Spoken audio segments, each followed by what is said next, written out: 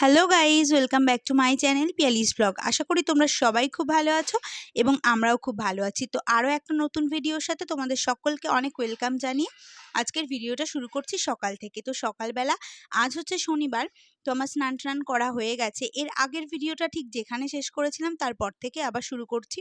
তো আজকে সকালে মা টক ডাল, কাঁকরোল ভাজা আর আলু ভাজা করেছে। তো এটা দিয়েই খাবারটা খেয়ে নিচ্ছি, কারণ কালকে যেহেতু নীল, তো সেই জন্যে আজকে একটু দেরি হয়ে গেল সবকিছু ধুয়ে মুছে কাজবাজ করে রান্নাবান্না করতে করতে। তো মা সকালে নিরামিষ রান্না করেছে, আর আজকে কালকে পুরো আমাদের নিরামিষই চলবে। তো চলো এখন সকালের খাবারটা খেয়ে নিই আমি, তারপরে আবার কি করি না করি তোমাদের সঙ্গে দেখা হচ্ছে। এখন 1টা বাজে আর মার রান্নাবান্না হয়ে গেছে। মা এখন একটু ঘরে গিয়ে শুলো। তো চলো ভাবলাম দেখিয়ে দিই, কারণ ওরা একটু চুপচাপ আছে এখন, না হলে আবার চিল্লামিল্লি শুরু করবে আর তোমাদের সাথে আমি কিছুই শেয়ার করতে পারি না। মানে ওদের চিল্লামিল্লি করার জ্বালায় সোনাদের। আর আরোহী হচ্ছে এখন গান করছে, গানের রেওয়াজ করছে, ওর ভাইও ওখানে আছে উপরের ঘরে। তো চলো তোমাদেরকে আজকে দেখাই মা কি রান্না করলো, নিরামিষ।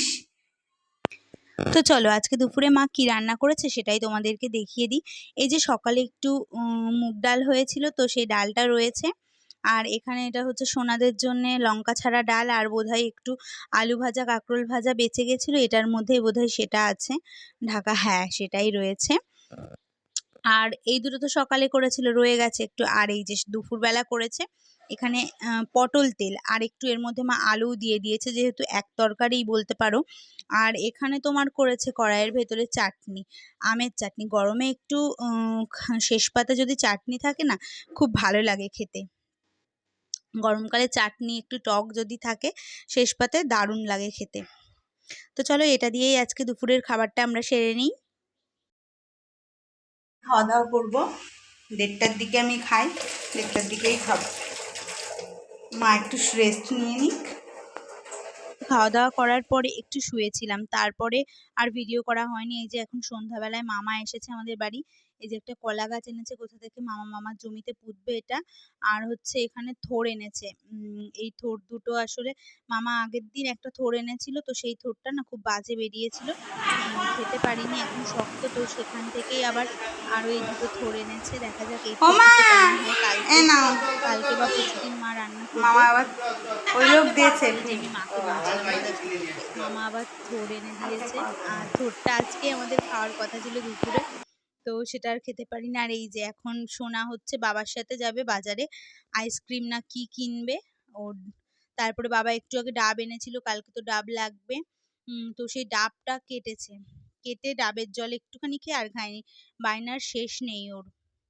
তারপরে এই যে এখন আবার বাজারে গেছিল, বাজার থেকে চলে এসেছে, এসে কেক এনেছে। তো এই যে আজকে ওর হ্যাপি বার্থডে হবে।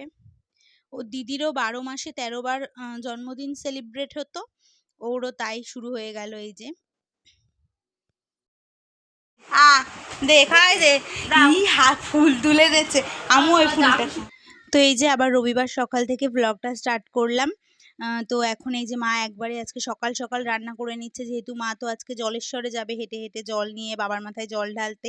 তো এই যে পটল ভাজা হয়েছে, আর বাড়িতে বেশি কেউ খাবে না, মানে মা বৌদি খাবে না। তো আজকে এখন হচ্ছে সকাল ওই 9:30 মতো বাজে।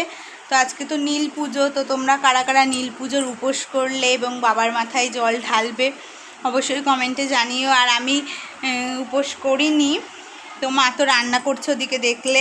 আজকে আমাদের বাড়িতে কেউ ভাত খাবে না, মানে শুধু আমার জন্যে করা হচ্ছে। আমি, বাবা, তোমাদের দাদা ভাই, আমার দাদা খাবো ভাত।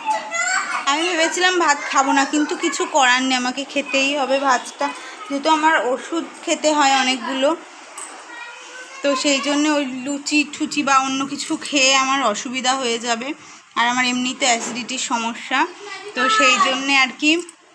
আর চলো তোমাদেরকে দেখাই যে আমাদের বাড়িতেও যেহেতু শিব ঠাকুর আছে, কি বৌদি এখন জল ঢালবে। বৌদি স্নান হয়ে গেছে, আর এরপরে তো হেঁটে হেঁটে যাবে জলেশ্বরে, আমাদের এখানে মন্দির আছে মানে অনেকটা দূরে সেই।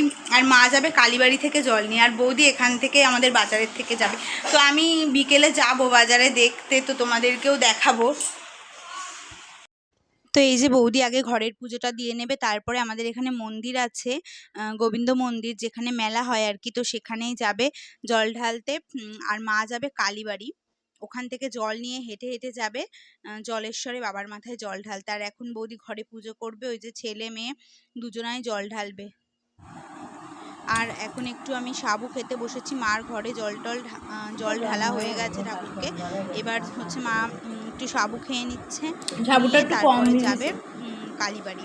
তো সাবু খেতে কিন্তু আমার বেশ ভালোই লাগে, তোমাদের কার কার ভালো লাগে? আর ওই যে মা খাচ্ছে, আর আমি মাকে বলছিলাম, মা তো নাইটি পরে না, নাইটি পরেছে। আমি বলছি দাঁড়াও তোমার ভিডিও করি, সবাই দেখে নেবে। আর এখানে আমার ঠাম্মাও রয়েছে, সবাই একটু সাবু। আর আমার মাসি আর হচ্ছে একটা বোন এসেছে, মাসির জায়ের মেয়ে এটা। তো এই যে মা রেডি হয়ে গেছে, মাসিও ওই যে রেডি।